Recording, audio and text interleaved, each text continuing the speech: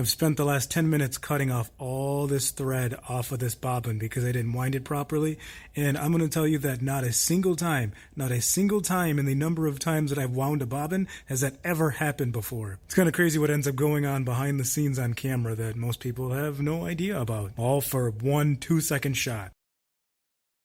I'm SD, and before you turn on your sewing machine, you need to ask yourself these 2 questions. They are not optional. I don't really like long intros. Let's do this. Check your bobbin for thread. Your bobbin is that small spool of thread that you put at the bottom of your sewing machine that makes up the bottom portion of your stitch. And I could not tell you how many times I have dropped the ball on this and forgotten to check and make sure there's enough thread on it. And you also want to make sure that it's the right color and the right type of thread too. It's a big one. If you're kind of bouncing around and changing between projects and what it is that you're doing, it's really easy to change the top portion of your spool of thread, but kind of drop the ball on your bobbin down there. And then you start sewing and your machine ends up kind of grinding and struggling with what it is that you're trying to get it to do, and you're like sitting there like, what's going on? I don't get what the problem is. Well, that's most likely the problem. Because when I say that you need to make sure that you're using the right type of thread in that bobbin down there, I don't just mean that they're both polyester. You want to make sure that they're also the same brand, because what can happen is 2 brands are sort of not necessarily interchangeable. They might have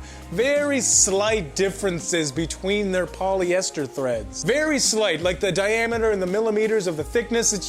It's ever so slight that you won't really notice it, but then you start sewing and then, well, you will. You're gonna start beating your head against a wall wondering why your machine's not stitching, and that's most likely why. Also, make sure your bobbin is full, at least full enough for the project that it is that you're doing. I made a tutorial on how to slim some joggers, and what happened in the middle of that tutorial? My bobbin ran out of thread. Awesome. And it could have easily been avoided and circumvented by checking to make sure that it was full. Now, it's not going to be as big of a deal if you're tailoring quick projects. A t-shirt, not the end of the world. A dress shirt, not the end of the world. But if you're doing if you're gonna slim some dress pants or some chinos, especially all along that inseam there, you're sewing all around there. You will use so much thread when you are doing that you might think that your bobbin is full or full enough, but you'll get 1/4 of the way there or half of the way there, and then it's empty. Awesome. Pre-wash your clothes. This one is near and dear to my heart. And it's near and dear to my heart because on one hand, yes, you want to make sure you pre-wash your clothes before you tailor them,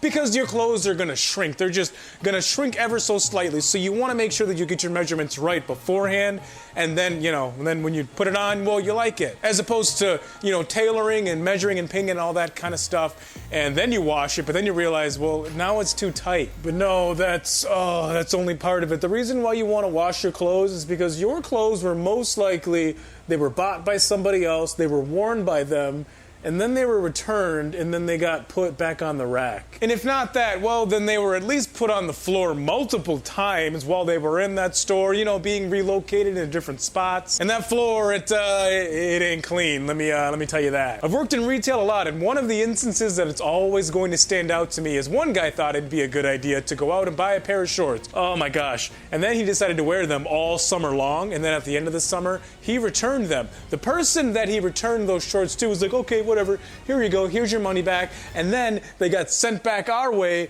to go be put back on a shelf. The shorts had like wear lines in them where his thighs would stretch out when he was like sitting in a bar stool or sitting on someone's patio, and they'd been worn and washed and worn and washed and just repeatedly over and over. Luckily they were spotted by yours truly, but you know what probably would have happened if they weren't spotted by me? I don't know if anybody else would have taken the time to process something like that and say, maybe we shouldn't try and sell these shorts again. So yeah, wash your clothes. Oh, I'm grossing myself out just thinking about that. I'm never gonna forget it. So let's kind of move on from that. Let's go figure out the ins and outs of a sewing machine in 5 or less than 5 minutes. It's in the end card. Go check it out. SD out.